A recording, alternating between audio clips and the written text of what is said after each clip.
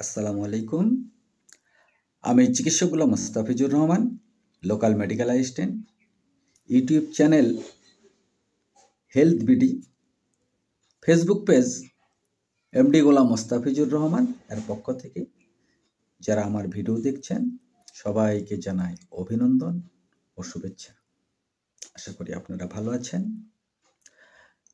আজকে আমি আলোচনা করব, আমরা সবসময় যে জিনিসটা মনের মধ্যে সবসময় নাড়াচাড়া দেয়, বোধহয় আমার কিডনি নষ্ট হলো বা কিডনি নিয়ে চিন্তা ভাবনা করে অনেকেই। আমরা শরীরের প্রত্যেকটা পার্টসেরই যতগুলো পার্টস আছে শরীরের মধ্যে, অঙ্গ আছে, প্রত্যেকটাই মূল্যবান। তো কিডনিকে অনেকে বেশি প্রাধান্য দেয়, তাই আজকে কিডনি সম্পর্কে আলোচনা করবে। কিডনির কাজটা কি? মূত্রযন্ত্রাদি বা রেনাল সিস্টেম যাকে বলা হয়,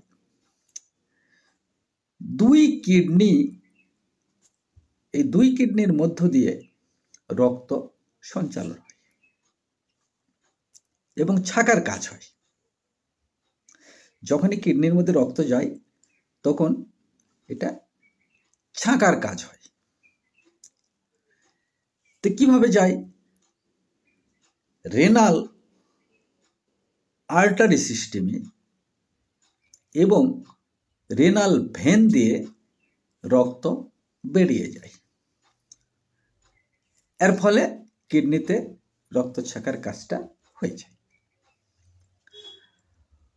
এই রক্ত ছাকার জন্য রক্তের সঙ্গে অনেক বর্জ্য পদার্থ, ময়লা টয়লা যেগুলো আছে সবগুলোই কিডনির মাধ্যমে ছাকা হয়ে প্রস্রাবের সঙ্গে বাইর হয়ে চলে যায়। কিভাবে আর কাজ করে এটা অবশ্যই জানার বিষয়। রেনাল আর্টারি দ্বারা রক্ত প্রবেশ করে ও রেনাল ভেন দ্বারা বের হয়ে যায় এবং ইউরেথ্রা বা মূত্রবাহী নালী দিয়ে চলে যায় কোথায়? মূত্রাশয়। এবং ইউরেটার বা মূত্রবাহী নালী দিয়ে মূত্রাশয়ে যাওয়ার পরে ওটা একটা জায়গায় যে জমা হয়, সেটা হলো বস্তি কোঠরের মধ্যে অস্থি একটি থলি। এই থলিতে অসার বস্তুগুলি মূত্ররূপে বেরিয়ে যায় ইউরেথ্রা বা মূত্রনালী দিয়ে। এখন আসি, মূত্রনালী বা ইউরেথ্রা দুটি পিঠের মেরুদণ্ডের দুই পার্শ্বে, অর্থাৎ পিঠের এই মেরুদণ্ডের এই দুই পাশ দিয়ে অবস্থিত। এই দুই নালী দিয়ে কিডনি থেকে নেমে আসে মূত্র, সেটা চলে আসে কোথায়? মূত্রাশয়। মূত্রাশয় বা মূত্রথলি বা ইউরিনারি ব্লাডারে। এখন এই যে ইউরিনারি ব্লাডার, এটা কোথায় অবস্থিত? এটা হলো পুরুষের প্রস্টেট যে আছে দুপাশে দুটা, বা জননেন্দ্রিয়র সামনে অবস্থিত। আর মহিলাদের কোথায় অবস্থিত? মহিলাদের জরায়ুর সামনে এটা অবস্থান করে।